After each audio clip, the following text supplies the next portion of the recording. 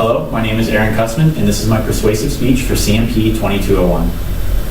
In 2017, EducationWeek.org named New Mexico, Mississippi, and Nevada as the only states to rank worse than Idaho in terms of education. Article 9, Section 1 of the Idaho Constitution states, "The stability of a Republican form of government depends mainly upon the intelligence of the people." The degradation of Idaho's education system has been a brutal negative feedback loop and can be possibly linked to many pressing issues. You can see the effects of this cycle by looking at the SAT scores of students in Idaho, and by looking at how Idaho compares to the rest of the nation in many factors, such as the average weekly wages and other indexes that are compiled by EducationWeek.org.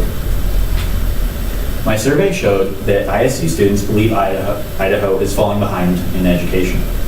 My survey also showed that 3 out of 5 of my peers attended at least 1 year of primary or secondary education in the state of Idaho. My name is Kussman, and I have a passion for learning. This passion was instilled in me in a very young age from very influential teachers and professors that I've known for a long time. These same teachers who I have not a doubt in my mind would sacrifice their time to remake a lesson so a student would have a better understanding, or would sacrifice a portion of their paycheck so that they could go out and buy the supplies needed to complete a lesson. Today, I'm going to introduce you to Idaho CAP education and what you can do to help Idaho's poor education ratings. Don'tFailIdaho.org is a website to spread awareness of the poor education in Idaho. A 2014 study showed that 4 out of 5 11th graders in Idaho did not meet the Idaho State Board of Educators' goal of scoring at least a 500 on all 3 sections of the SAT, reading, writing, and math. The same study also stated that scoring a 500 or above indicates that the student is not only prepared for their future career or college journey, but has a high probability of success. EducationWeek.org also graded Idaho on 3 other factors: K through 12 achievement, where Idaho comes in at 29th in the nation; school finance, where Idaho is ranked 49th, with the 2nd lowest in the nation per student's funding; and finally, chance for success, where Idaho ranks 46th in the nation. A possibly related factor is that in 2018, Idaho ranked last in the nation for average weekly wages. The District of Columbia came in first with $1,917 average weekly wages, when Idaho had only $809 average weekly wages. Inside of Idaho, and specifically Bannock County, it gets even worse, at only $708 in average weekly wages. As a teacher, your wages are already statistically lower than most other professions out there, which is unfortunate and I think needs to change. But this is where the Idaho CAP Ed Foundation focuses. Idaho CAP Ed is a nonprofit organization supporting educators around the state of Idaho. They supply teachers and schools with small grants to fill in the gaps where the budget may run dry. The first grant was awarded in October of 2008. Since then, they have donated more than $375,000 to Idaho teachers and schools.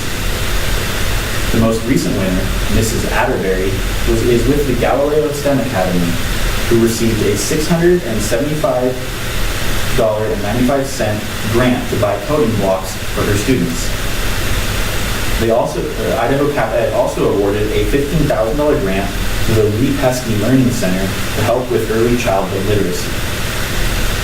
Idaho CAP Ed also awarded a $18,000 grant to the Idaho Office of Refugees and a $7,500 grant to the Idaho Special Olympics. But with Idaho being last in the nation for weekly wages, it is hard to ask for solely monetary donations. This is why you can also donate your time to the Idaho CAP Ed Foundation. You can do so by reading grant applications to help determine the winners and possibly change one of their students' lives. Now, I've had people ask, why should schools need more money than what they're allocated from the state's budget? I pay my taxes, the state should figure that out. Well, as I stated earlier, Idaho is second to last in the nation for per student funding. Sometimes taxes are just not enough by themselves. Another concern I've heard is, how do I know the money is being used appropriately, or that the money is even going to the correct teacher or school? Idaho CAP Ed thought of both of these and checks in to ensure the amount grant, is used in the intended purpose. Idaho Cap Ed also holds a public presentation for the grant winners, so you can see who's receiving the grant, the teacher, the school, and you can double check for yourself.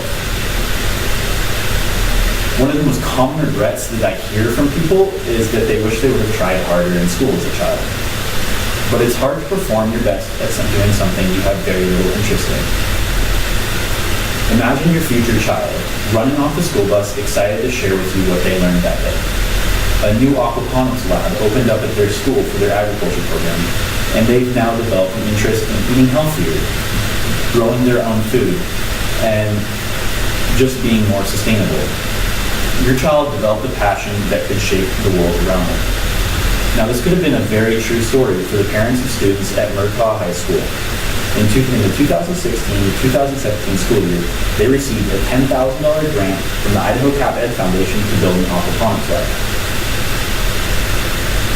Today, I have tried to persuade you to donate either time or money to the Idaho Cap Ed Foundation to bring a new era in Idaho's education, to improve what has obviously not been working for such a long time, and to bring Idaho back to the top of the nation and be the gem state of the United States of America that it is really supposed to be. Thank you.